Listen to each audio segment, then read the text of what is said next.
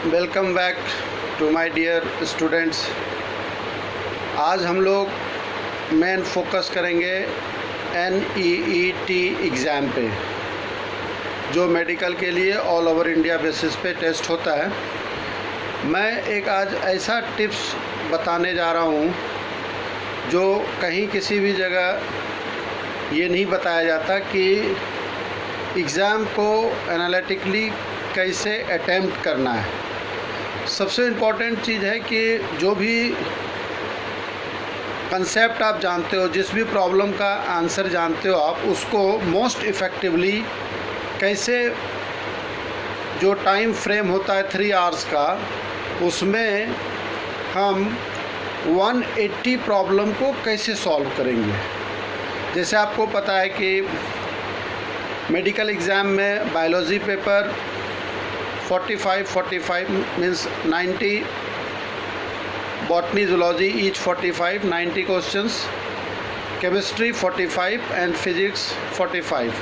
So all together 180 questions, और हर एक question का वेटेज जो है वो 4 मार्क्स होता है। जब आप एक सही क्वेश्चन करते हो तो आपको 4 मार्क्स मिलता है, और यदि एक प्रॉब्लम गलत हो जाता है तो उसमें -1 मार्किंग होती है।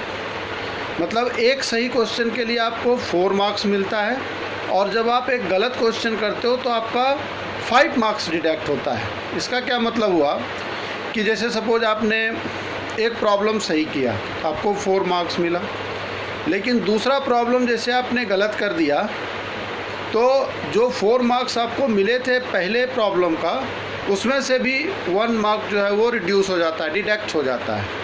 तो टेक्निकली क्या होता है कि जब हम एक क्वेश्चन सही करते हैं तो हमें 4 मार्क्स मिलता है, और यदि एक क्वेश्चन गलत करते हैं तो हमारा 5 मार्क्स काउंट लेस हो जाता है। मीन्स 4 मार्क्स तो वो गया जो मैंने सही नहीं कर पाया, और एक वो भी चला गया जो मैंने सही किया था।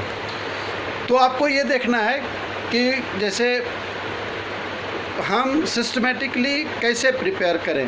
केमिस्ट्री के लिए मैं बता रहा हूँ, क्योंकि केमिस्ट्री जो है वो बायोलॉजी के स्टूडेंट के लिए संजीवनी है। मतलब बायोलॉजी के स्टूडेंट का जनरली बायोलॉजी तो अच्छा होता ही है, और फिज़िक्स उनको टफ़ लगता है क्योंकि उसमें मैथमेटिकल पोर्शंस होता है और ये प्रैक्टिकल एस्पेक्ट भी है। तो केमिस्ट्री जो है वो आपके सक्सेस को सिक्योर करता है। तो जैसा आपको पता है कि 12th क्लास का जो वेटेज होता है वो 60% है ऑलमोस्ट, और 11th क्लास का वेटेज ऑलमोस्ट 40% है। तो आपको ये देखना है कि ज़्यादा फोकस हम किस पार्ट पे करें, जो पार्ट हमारे लिए इजी है। क्योंकि कंपटीशन में ये ज़रूरी नहीं होता कि हम कितना ब्रिलियंट है, कितना इंटेलिजेंट है। सबसे इम्पॉर्टेंट है कि हम प्रॉब्लम को इफ़ेक्टिवली कितना ज़्यादा से ज़्यादा प्रॉब्लम सही कर सकते हैं, क्योंकि टाइम फ्रेम जो है वो फिक्स्ड होता है, और उस प्रेशर में अपने आप को मेंटेन करना, पेशेंस रखना। क्योंकि एग्ज़ामिनेशन का ये पैटर्न होता है कि एग्ज़ामिनर को पता होता है कि स्टूडेंट को नर्वस कैसे किया जाता है, तो वो 3-4 प्रॉब्लम रेगुलरली जो है वो डिफ़िकल्ट दे देता है। तो फिर बच्चा सोचने लगता है कि यार ये तो काफ़ी डिफ़िकल्ट है, ये तो मैं जानता ही नहीं प्रॉब्लम, तो वो फिर नर्वस हो जाता है। आपको ये देखना है कि यदि क्वेश्चन डिफ़िकल्ट है तो हर एक बच्चे के लिए डिफ़िकल्ट है, और रियली जब एग्ज़ाम का पेपर टफ़ होता है तो जो डिज़र्विंग कैंडिडेट है उसके लिए पेपर इजी हो जाता है।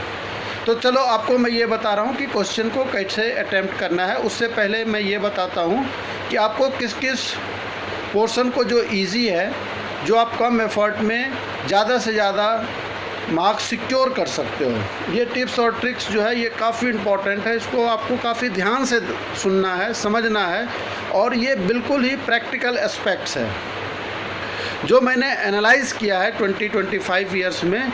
मैं आपको आज इसका निचोड़ बता रहा हूँ, है ना। तो इसमें सबसे बड़ी बात क्या है कि ऑर्गेनिक केमिस्ट्री, फिज़िकल केमिस्ट्री और इनऑर्गेनिक केमिस्ट्री, ऑलमोस्ट तीनों का वेटेज ऑलमोस्ट सेम होता है। 15-16 क्वेश्चंस जो है वो आएगा। कभी फिज़िकल से आपका 13 क्वेश्चन आ गया, कभी ऑर्गेनिक से 13 आ गया, कभी ऑर्गेनिक से 16 आ गया, कभी फिज़िकल से 16 आ गया। ऑर्गेनिक और फिज़िकल में जो केमिकल बॉन्डिंग है वो ओवरलैपिंग है, कभी हम इसको फिज़िकल में कंसीडर कर लेते हैं, कभी इनऑर्गेनिक में कर लेते हैं। तो चलो मैं आपको ये बताता हूँ कि सबसे पहले 12th क्लास का जो वेटेज है वो आपका ऑलमोस्ट 60% है। चूँकि almost 25 to 27 problems 12th class से होता है और 18 to 20 प्रॉब्लम्स 11th क्लास से होता है, और उसमें से भी कुछ की चैप्टर है जो सबसे ज़्यादा इम्पॉर्टेंट है। जैसे केमिकल बॉन्डिंग है, इससे 4 to 5 प्रॉब्लम्स होता है। जैसे कोऑर्डिनेशन कंपाउंड है, इससे 4 to 5 प्रॉब्लम्स होता है। जैसे कार्बोनिल ग्रुप कंटेनिंग कंपाउंड है, एल्डिहाइड कीटोन है, तो इससे 4 to 5 प्रॉब्लम्स होता है। तो ये 3 को आप बिल्कुल फोकस करो, क्योंकि 11th क्लास का जो केमिकल बॉन्डिंग है वो बिल्कुल कंसेप्चुअल है। उस पर पीरियोडिक टेबल डिपेंड करता है, इनऑर्गेनिक केमिस्ट्री का प्रॉपर्टीज़ डिपेंड करता है, रिएक्शंस डिपेंड करता है। जैसे मैंने बताया कि कोऑर्डिनेशन कंपाउंड चूँकि बिल्कुल न्यू चैप्टर इंट्रोड्यूस किया गया, इसका काफ़ी मतलब एप्लीकेशन है, यूज़ है, इसलिए इससे 4 प्रॉब्लम्स होता है। तो ये तो इन जनरल हुआ, 12 से 13 प्रॉब्लम, 12 to 13 प्रॉब्लम्स तो यही हो गया आउट ऑफ 45।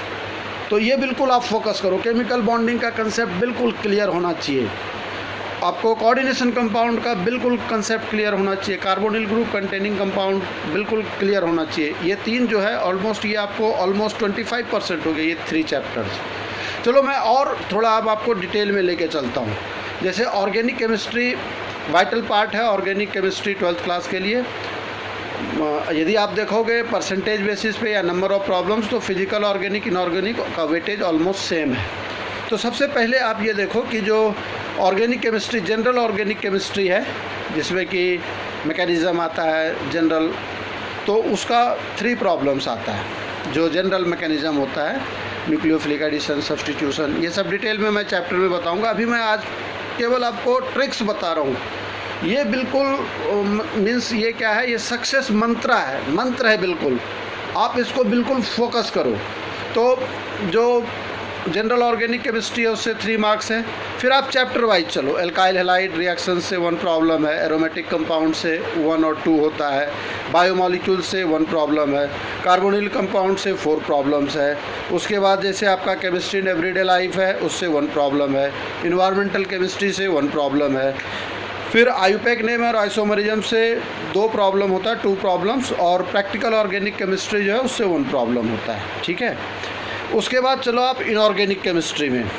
तो इनऑर्गेनिक केमिस्ट्री में जो केमिकल बॉन्डिंग है उसमें 5 प्रॉब्लम, जनरली 4 to 5 प्रॉब्लम्स होता है। उसके बाद पी ब्लॉक से 1 प्रॉब्लम होगा, पीरियोडिसिटी एंड पीरियोडिक टेबल से 1 प्रॉब्लम होता है। इसे ट्रेंड होता है कि एटॉमिक वॉल्यूम कैसे इंक्रीज डिक्रीज होता है, एनाइजेशन एंथैल्पी कैसे इंक्रीज डिक्रीज होगी, जनरल ट्रेंड होता है, फिर कुछ एक्सेप्शन होता है, ठीक है। फिर हम देखते हैं कि जो एस ब्लॉक एलिमेंट है उससे भी 1 प्रॉब्लम होगा। फिर कोऑर्डिनेशन कंपाउंड से जैसा मैंने बताया कि 4 प्रॉब्लम्स होता है, कभी बाई चांस 3 भी हो सकता है, कभी 5 भी हो सकता है, इन जनरल 4 होता है। फिर डी एंड एफ ब्लॉक जो है उससे 2 प्रॉब्लम्स होता है, 2, मेटलर्जी से 1 और क्वालिटेटिव एनालिसिस से 1 प्रॉब्लम होता है। फिजिकल केमिस्ट्री यदि हम 11th क्लास की बात करें तो उससे 7 to 8 प्रॉब्लम्स होता है फिजिकल केमिस्ट्री में। जैसा कि आप देखोगे कि यदि आप चैप्टर वाइज लेते हो तो एटॉमिक स्ट्रक्चर से जो है वो 2 प्रॉब्लम्स होता है। उसके बाद केमिकल एंड आयनिक इक्विलिब्रियम से 2 प्रॉब्लम्स होगा, कभी कभी आयनिक इक्विलिब्रियम से और केमिकल इक्विलिब्रियम से 3 प्रॉब्लम्स भी हो सकता है। मोल कंसेप्ट 1 होता है, थर्मोडायनेमिक्स कभी 1 कभी 2 होता है। फिर यदि हम 12th क्लास में चलते हैं तो इसमें भी जनरली 6 to 7 प्रॉब्लम्स होता है। जैसे यदि हम सॉल्यूशन को देखें एंड कॉलिगेटिव प्रॉपर्टीज़ तो 1 प्रॉब्लम, उसके बाद केमिकल काइनेटिक्स से 2 problem, electrochemistry 1, solid state 1, surface chemistry 1। तो इस तरह से हम क्या देखते हैं कि फिजिकल केमिस्ट्री में generally 13 to 14 problems, inorganic chemistry generally 15 to 16 problems, और ऑर्गेनिक जो है वो 16 to 17 प्रॉब्लम्स होता है, ठीक है। तो ये मोस्ट इम्पॉर्टेंट ट्रिक्स है और केमिस्ट्री में आप बहुत अच्छा स्कोर कर सकते हो। ये ईजीएस्ट ब्रांच है साइंस का, स्पेशली दिस लेवल पे जब हम एंट्रेंस टेस्ट देते हैं। खास करके केमिस्ट्री का इम्पोर्टेंस बहुत ज़्यादा है बायोलॉजी के स्टूडेंट को। जब आप डॉक्टर बनते हो तो वहाँ आपको बायोलॉजी के साथ साथ केमिस्ट्री की ज़रूरत पड़ती है, केमिकल कंपोजिशन क्या है, आप पेशेंट पे जो एज ग्रुप है ये या जो मेडिसिन का डोज होता है, तो इसलिए वो सब चीज़ें काफ़ी इम्पॉर्टेंट है। इसलिए केमिस्ट्री आगे भी आपको यूज़फुल रहेगा, स्पेशली ऑर्गेनिक केमिस्ट्री, है ना।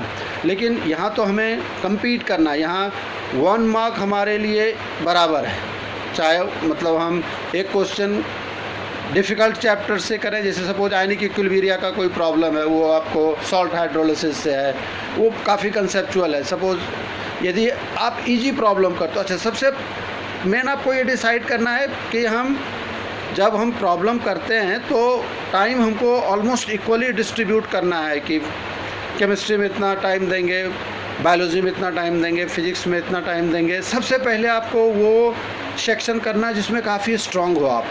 अच्छा, कभी भी एक प्रॉब्लम पे स्टक नहीं होना, ये नहीं कि ये प्रॉब्लम नहीं आता तो उसमें टाइम लगा दिए, 2-3 मिनट लगा दिए, खास करके फिजिकल केमिस्ट्री में जब न्यूमेरिकल करते हैं। या सपोज़ कोई प्रॉब्लम ऑर्गेनिक या इनऑर्गेनिक का है, कुछ है कि जो बिल्कुल 1 सेकंड में याद होगा। जैसे सपोज फॉर एग्जांपल उसने पूछ लिया कि which of the following is antipyretic, यदि आपको नाम पता है तो 1 सेकंड लगेगा। जैसे फॉस्जीन, ये कॉमन नेम है ना, COCl2 फॉस्जीन कहते हैं। कार्बन टेट्राक्लोराइड, इसका नाम पायरीन है। तो ये बिल्कुल 1 से 2 सेकंड का काम है, इसमें आप टाइम वेस्ट मत करो। यदि आपको आता तो ठीक है, नहीं तो इसमें गैस नहीं मारते, गैस बिल्कुल नहीं मारते सॉरी, क्योंकि लक नेवर फेवर फूल्स। आप कभी भी ये नहीं सोच सकते कि हम लक से जो है ऑब्जेक्टिव एग्ज़ाम को क्लियर कर लेंगे। तो फर्स्ट अटैम्प्ट में मान लो कि आप बिल्कुल 30 to 35 प्रॉब्लम्स कर ले रहे हो, तो it's good. Then you decide कि किसमें हम थोड़ा और टाइम लगाएं जो कि हम प्रॉब्लम सॉल्व कर सकते हैं। आपको ये बिल्कुल विदिन 2 to 3 सेकेंड 5 सेकेंड में प्रॉब्लम रीड करने के बाद डिसाइड कर लेना कि ये प्रॉब्लम हम करेंगे या बिल्कुल छोड़ देंगे, है ना। क्योंकि सपोज़ यदि खेला यही 8-10 प्रॉब्लम पे होता है, सपोज़ आपने गलत अटैम्प्ट कर लिया, आपने गेस कर लिया, तो जो आपका 100% श्योर जो आपने मार्क्स अचीव किया था, जो आपने मार्क्स ऑलरेडी आपका सिक्योर था, उससे भी आप लूज़ कर रहे हो मार्क्स। इसलिए ये काफ़ी इम्पॉर्टेंट है, स्ट्रेटजी काफ़ी इम्पॉर्टेंट है कि कैसे स्ट्रेटेजिकली हम प्रॉब्लम को सॉल्व करेंगे। और आपको कभी भी प्रॉब्लम को छोड़ना नहीं। कई बार मैंने देखा है बच्चों को कि सपोज़ बायोलॉजी काफ़ी अच्छा है तो उसमें काफ़ी टाइम लगा दिया, उसमें सपोज़ 3 आवर्स में 1.5 आवर्स लगा दिया। फिर दूसरा उस प्रॉब्लम सेक्शन में यदि बायोलॉजी के बाद फिजिक्स है तो फिजिक्स में टाइम लगा दिया, केमिस्ट्री लास्ट सेक्शन है उसका, तो 15 से 20 प्रॉब्लम लास्ट में अटैम्प्ट ही नहीं कर पाया। अब पता चला कि उसमें से 8 से 10 10 to 12 प्रॉब्लम वो कर सकता था। इसलिए स्ट्रेटजी विदिन 2 आवर्स आप 180 प्रॉब्लम्स को, चाहे वो फिजिक्स, केमिस्ट्री, बॉटनी, जूलॉजी जो भी हो, पूरे को आप देख जाओ, ताकि कोई भी एक भी प्रॉब्लम ऐसा नहीं छूटना चाहिए जो आप जानते हो और टाइम के कमी से आप सॉल्व नहीं कर पाते हो। So I hope you can understand the importance the strategy. उसके बाद मैं आपको फिर नेक्स्ट वीडियो में मैं बताऊंगा, जैसे मैंने 2-3 वीडियो में रोल ऑफ रिएजेंट के बारे में काफ़ी डिटेल में बताया है। आप इसको फॉलो करो और ये आप बिलीव करो कि फ़र्स्ट टाइम मैं ये इन्फॉर्मेशन पब्लिक प्लेटफॉर्म पे शेयर कर रहा हूँ, ताकि वैसे स्टूडेंट जो डिज़र्विंग स्टूडेंट हैं, जो रियली सक्सीड करना चाहते हैं, compete करना चाहते हैं एग्ज़ाम को, मैं उनको काफ़ी इम्पॉर्टेंट ट्रिक्स बता रहा हूँ। क्योंकि पहले तो जिससे मेरा डायरेक्ट इंटरेक्शन होता था या जिस इंस्टीट्यूट में मैं क्लास देता था वही स्टूडेंट बेनिफिटेड होते थे, लेकिन मैं ये बिल्कुल नया चीज़ जो जनरली बुक्स वगैरह में नहीं होता, रोल ऑफ रिएजेंट, या जो मैं ये आपको स्ट्रेटजी बता रहा हूँ, तो आप इसका बेनिफिट उठाओ। बेस्ट ऑफ लक, और सब्सक्राइब ज़रूर करो, आप शेयर करो, अपने फ्रेंड्स को बताओ ताकि वो भी बेनिफिटेड हों। और आप अपने फ्रेंड्स के बीच प्रॉब्लम को डिस्कस करो, डिस्कस करने से क्लियरिटी ऑफ कंसेप्ट आती है।